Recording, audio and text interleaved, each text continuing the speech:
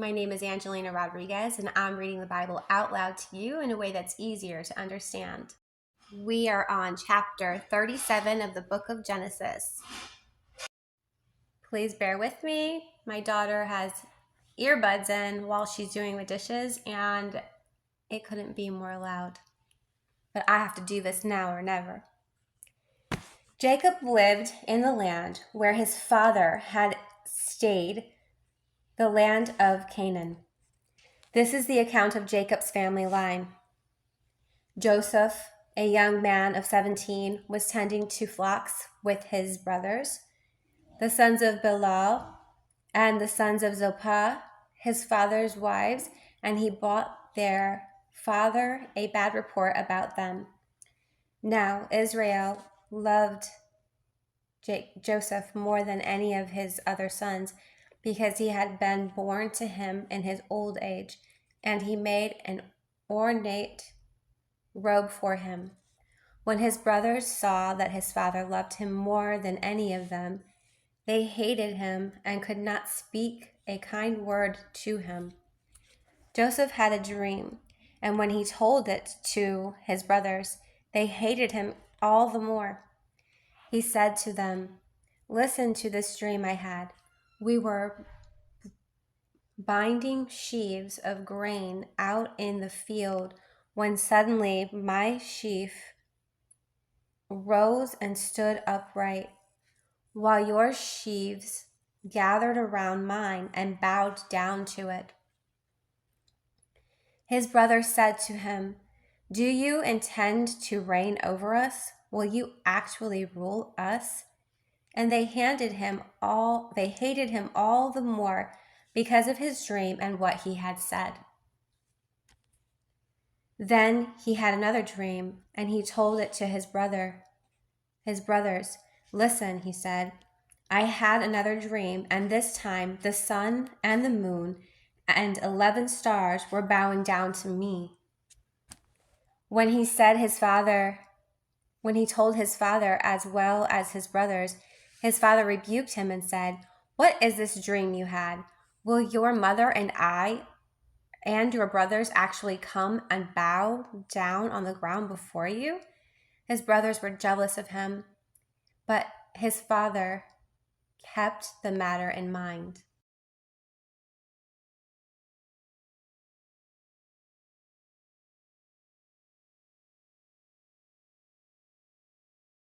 To Joseph, "As you know, your brothers are grazing the flocks near Shechem. Come, I am going to send you to them." "Very well," he replied. So he said to him, "Go and see if all is well with your brothers and with the flocks, and bring word back to me." Then he sent him off from the valley of Hebron. When Joseph arrived at Shechem, a man found him wandering around in the fields and asked him, "What are you looking for?" You have to excuse me, my editing is going to be really choppy. I'm having a lot of difficulty uploading today. He replied, "I'm looking for my brothers. Can you tell me where they are grazing their flocks?" "They have moved on from here," the man answered. "I heard them say, 'Let's go to Dothan.'" So Joseph went after his brothers and found them near Dothan. But they saw him in the distance, and before he reached them, they plotted to kill him. "Here comes the dreamer," they said to one another. "Come now, let's kill him and throw him into one of these cisterns and say that a ferocious animal devoured him. Then we'll see what comes of his dreams." His own siblings, that's so super harsh, that not only are they not supportive of him, but they're also literally not even just talking about it, which is just as bad, but plotting to actually kill him. It's just as bad as saying, "Oh, I wish that she would just die," or "I wish that he would just disappear," or, writing them off as insane and saying they're not part of the family anymore. This stuff happens all the time to people for being dreamers and believing in their own dreams. And this this character in this story, this true story, this biblical story, is going through something that a lot of people are going through today. Here comes the dreamer, they said, and come now, let's kill him. Let's throw him into one of these cisterns and say that a ferocious animal devoured him. When Reuben heard this, he tried to rescue him from their hands. Let's not take his life, he said. Don't shed any blood. Throw him into the cistern here in the wilderness, but don't lay a hand on him. Reuben said, then to rescue him from them and take him back to his father.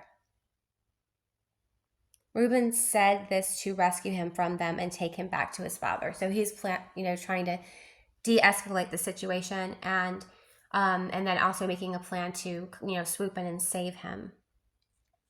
So when Joseph came to his brothers, they stripped him of his robe, the ornate robe he was wearing, and they took him and threw him into a cistern. The cistern was empty. There was no water in it. And they sat down and ate their meal. They looked up. This has a very strong message because I'm running into so many difficulties trying to get this word out.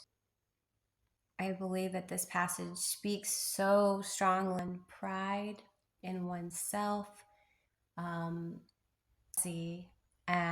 how pride and jealousy can turn into murderous rage, and to turn siblings against one another and for a father to provoke because he showed favor without reasoning with his other children and letting them know what was going on. This also can invoke and provoke and rage. So we're going to read on and see what happens. As they sat down to eat their meal, they looked up and saw a caravan of Ishmaelites coming from Gilead. Their camels were loaded with spices. Take them down to Egypt. Judah said to his brothers, what will we gain if we kill our brother and cover up his blood? Come, let's sell him to the Ishmaelites and not lay our hands on him. After all, he is our brother and our own flesh and blood. His brothers agreed. Thank God that they have de-escalated their anger and come up with a new, less murderous plot to get rid of their brother who has been deemed more worthy than they by their father. So when the Midianite merchants came by, his brothers pulled Joseph up out of the cistern and sold him for 20 shekels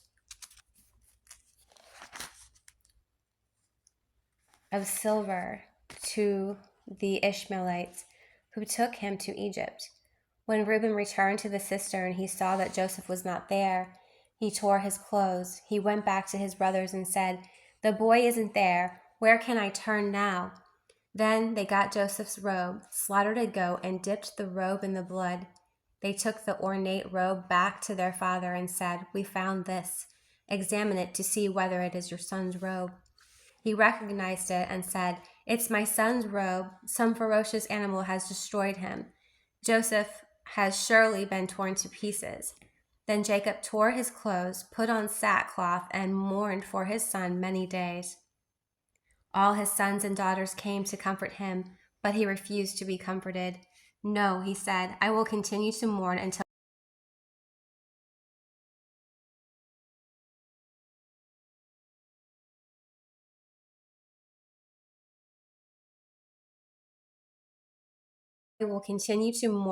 I join my son in the grave. So his father wept for him. Meanwhile, the Midianites sold Joseph in Egypt to Potiphar, one of the Pharaoh's officials, the captain of the ground. So Joseph has been kidnapped by his own brothers, spared from murder, and instead sold into slavery. And Jacob, obviously thinking that he was going to be some type of royalty, and that his brothers, would eventually have to bow to him because of what he saw in his dreams, because Jacob's gift from God is to be able to decipher dreams, their meanings, their hidden meanings, his own and other people's. And so when he had his own dream and had to decipher his own dream and decided to share that, the deciphering to his family members, his father kept it in mind but didn't think too hard about it. But his brothers were like, we hate you. We hate you. You're stupid. You're crazy. Like, who do you think you are? Like, everybody dreams, and you don't see us talking about our dreams and acting like they have meaning, and you're not special. You're not above anybody else. And that's the thing, is that Joseph never said those things about himself. He literally just told people what he was dreaming about, what he saw in his dreams, and what he came to believe that they meant, and then waited patiently to see what happens. And what happens is everybody hates him. They want him to die, and they'd rather see him far, far, far away where nobody knows him and he is living a life of poverty and servitude, just so they never have to look up to him. That's human nature. And I look forward to reading chapter 38 to see what happens next with Jacob and his brothers and his father. It sounds like his dad's going to mourn himself to death. So I don't know if he's going to die or if he's going to live joyously. We will see. Stay tuned. And if you want to catch up, all you have to do is look up the rest of the chapter or the rest of the book on Jesus is a DJ. Don't forget to like and subscribe.